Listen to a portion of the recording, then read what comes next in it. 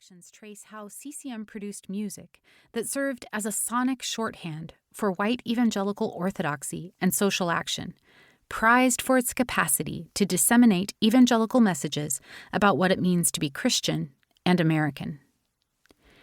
CCM songs often reflected and drove evangelical conversations about pressing social and political concerns like abortion, prayer in public schools, or teen abstinence. At the turn of the 21st century, however, contemporary Christian music was undermined by many of the market forces and cultural norms that built it.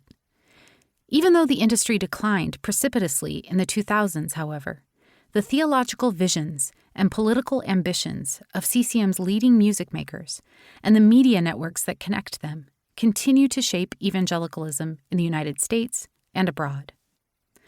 Contemporary Christian music served adults and young children, to be sure, but the industry's core customers were suburban, middle-class, white American adolescents.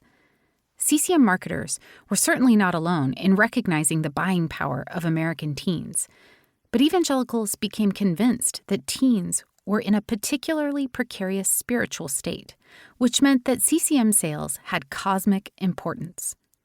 For evangelical caregivers, the teen years were a must-win battlefield in the war for the future of the Christian faith, the nation, and even the world. Mass media, they reckoned, was an effective weapon to be employed in that fight, and they set out to save young souls and shape the nation through music. The following sections trace how white evangelical caregivers in the United States came to see Christian spins on American popular music, even transgressive genres like death metal, as invaluable tools for molding their children socially, spiritually, and politically. As the industry grew, so did confidence in CCM's ability to encourage teenage citizens to conform to conservative evangelical norms and strengthen the nation. It is hard to overstate the power of CCM and its ubiquity in late 20th century evangelical life. As the ambient sound of white evangelicalism, it felt inescapable. It certainly was for me, growing up in the 1990s as a Pentecostal pastor's kid in a working-class town in rural Oregon.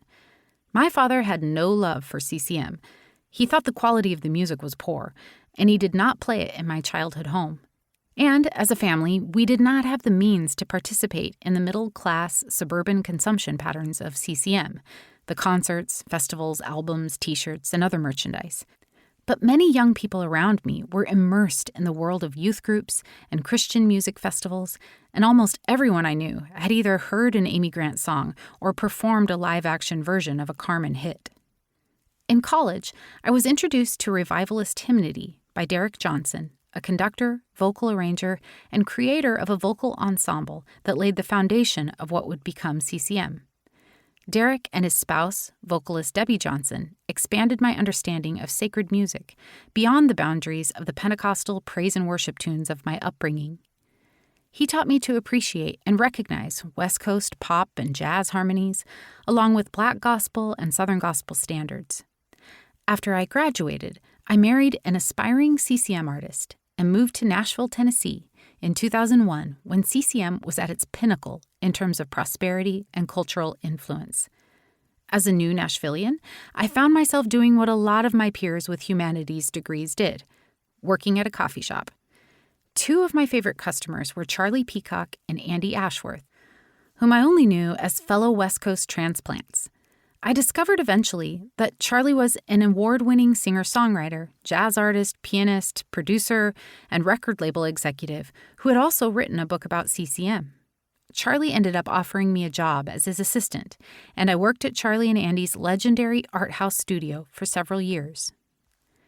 I did not understand, as a 21-year-old barista, the scope of Charlie's influence and work. Nor did I grasp in the early 2000s that I was bearing witness to a transformative moment in the music industry in general and CCM in particular. Eventually, I went to graduate school at Vanderbilt Divinity School, became a religious historian, and thought my short, youthful stint in CCM was over. As I studied American religion, however, my perspective on CCM began to change. I began to regard contemporary Christian music performances